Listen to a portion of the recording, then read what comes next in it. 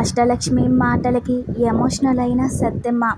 పలికే బంగారమైన serial August 12వ ఎపిసోడ్లో అసలు ఏం జరిగిందో పూర్తి వివరాలు ఈ వీడియోలో చూద్దాం. దుకాణం అసలు ఈ పద్మావతి గురించి బాబిగాడికి ఎలా తెలిసింది అని అనుకుంటూ ఉంటాడు.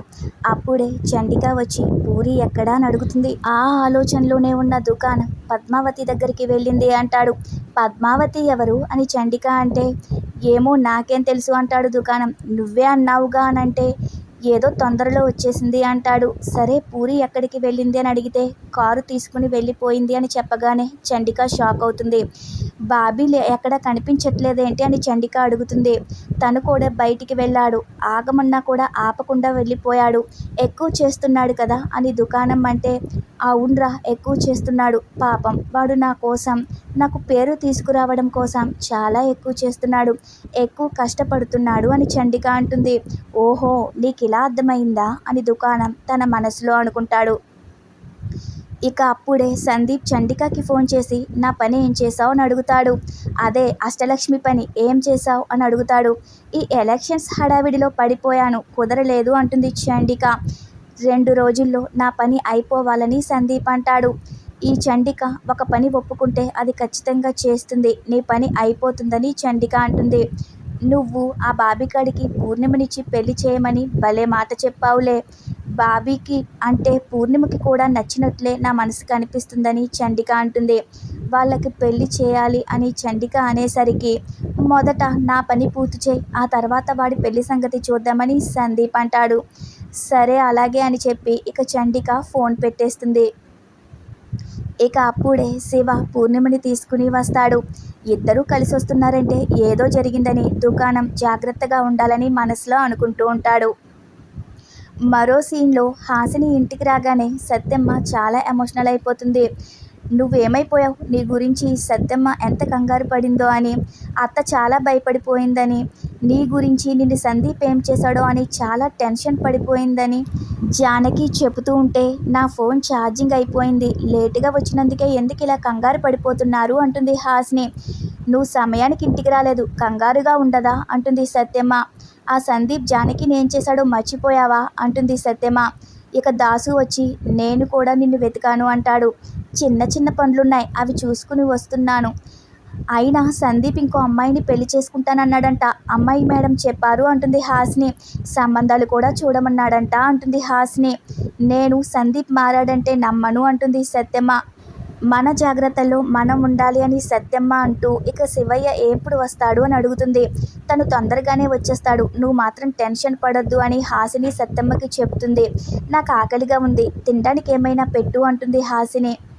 ఇక మరో సీన్లో శివ పత్రాల కోసం వెతుకుతూ ఉంటే, నీకు ఏం కావాలి, ఎందుకు ఇదంతా చేస్తున్నావు, ఇలా దొంగచాటుగా వెతకడమేంటి, నువ్వేమైనా దొంగవా అని దుకాణం అంటాడు.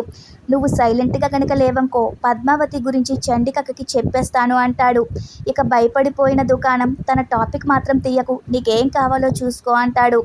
అందులో ఉన్న దస్తావేజులన్నీ శివ బయటికి తీస్తాడు. అమ్మో ఊర్లో చాలామంది ఆస్తులే మూట కట్టుకుందే అని ఇక అవన్నీ ఫోటోలు తీస్తూ ఉంటాడు శివ. అప్పుడే పూర్ణిమ వచ్చి చూస్తుంది. ఏం చేస్తున్నారు మీరు ఇక్కడ అని అడుగుతుంది. దుకాణంతో మాట్లాడుతూ, మావయ్య ఏంటిదంతా, ఇక్కడ ఏం జరుగుతుందని పూర్ణిమ అంటుంది. అరవద్దు అంటాడు శివ. నీ మీద నాకు మొదటి నుంచి డౌట్ ఉందని పూర్ణిమ అంటూ ఉంటే అప్పుడే చండిక వచ్చి అదంతా చూసి షాక్ అవుతుంది. ఏంటి బాబీ ఇదంతా, నువ్వు దొంగవా అంటుంది. ఏం మాట్లాడుతున్నావక్క అని శివ అంటాడు.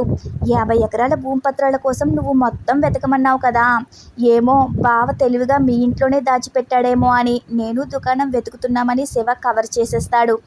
భలే ఆలోచన, నాకు రాలేదేంటి అని చండిక అంటుంది. వెతుకు అని చండిక అంటూ ఉంటే, అతను అలా ఊరికే చెప్తున్నాడు, నమ్మొద్దు అంటుంది పూర్ణిమ. బాబీ ఒక్కడే ఆ పేపర్స్ వెతికితే దొంగతనం చేయడానికే వచ్చాడు అనుకునేదాన్ని, కానీ నా తమ్ముడు దుకాణం కూడా ఉన్నాడంటే బాబీ చెప్పింది నిజమే అవుతుంది అని చండిక అంటుంది. మీరు పేపర్స్ వెతకండి అని చెప్పి అక్కడి నుంచి వెళ్ళిపోతుంది.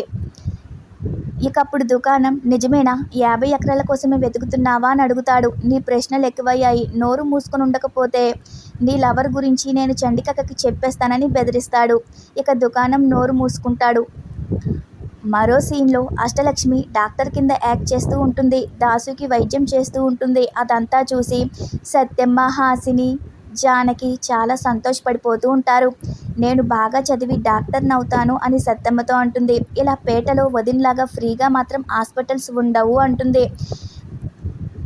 ఎందుకలా అని హాసిని అంటూ ఉంటే, నేను మా జానకి చిన్నప్పటి నుంచి పేదరికంలోనే పుట్టి పెరిగాము. కడుపు నిండా అన్నం తిన్న రోజులే లేవు. ఇష్టమైన బట్టలు కొనుక్కోలేదు. బ్రహ్మాండంగా ఏ రోజు బ్రతకలేదు. మేము తింటే అమ్మ ఎన్ని రోజులు పస్తులుండేదో. అమ్మ ఈరోజు స్వరమ్మ ఇంటికి వెళ్ళి వంటలు చేస్తుంది. మా అన్నయ్య ఏమో రంగులు వేస్తాడు. ఇలా అందరూ కష్టపడుతున్నారు. నేను ఫ్రీగా ఎందుకు వైద్యం చేయాలి అంటుంది అష్టలక్ష్మి.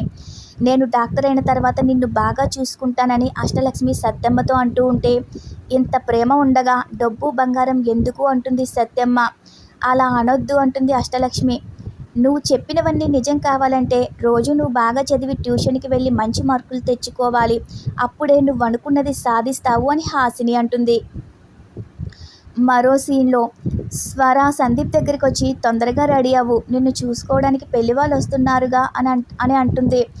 నీ పెళ్ళి, శివ పెళ్ళి, ఇద్దరి పెళ్ళి చేసేస్తే ఇక నాకు ఎంతకన్నా కోరికలేమీ ఉండవు అంటుంది. నువ్వు బాబీ పెళ్ళికి రానంటున్నావు, నీ పెళ్ళికి బాబీ వస్తాడు అని స్వర అంటూ ఉంటే, బాబీ రాడు, మారింది నేను, బాబీ కాదు అని సందీప్ అంటాడు. మీరిద్దరూ అన్నదమ్ములు, ఇద్దరూ కలిసి ప్రేమగా ఉంటేనేగా నేను సంతోషపడతాను అంటుంది స్వర. నేను మారినా బాబీ మారడు అని సందీప్ అంటూ ఉంటే, ఎప్పటికైనా మీరిద్దరూ కలవాలి, అదే నేను కోరుకుంటున్నాను, తొందరగా లేచి రెడీ అవ్వు అంటుంది స్వర. ఇక సందీప్ తన మనసులో, నువ్వు నన్ను నమ్ముతున్నావు, నేను నిన్ను మోసం చేస్తున్నాను, ఇదే ఆఖరి మోసం, నేను హాసినిని పెళ్లి చేసుకున్నాక నీకు ఒక్క అబద్ధం కూడా చెప్పను అని మనసులో అనుకుంటూ ఉంటాడు. ఇక సందీప్ని చూసుకోవడానికి ఇద్దరు వస్తారు. అయితే నేను మీతో ఒకటి మాట్లాడాలని సందీప్ వాళ్ళతో అంటాడు. ఇది నా మనసులో నుంచి వచ్చే మాటలు అనుకోండని సందీప్ చెప్తూ ఉంటే, ఈ రోజుతో ఈ ఎపిసోడ్ పూర్తవుతుంది.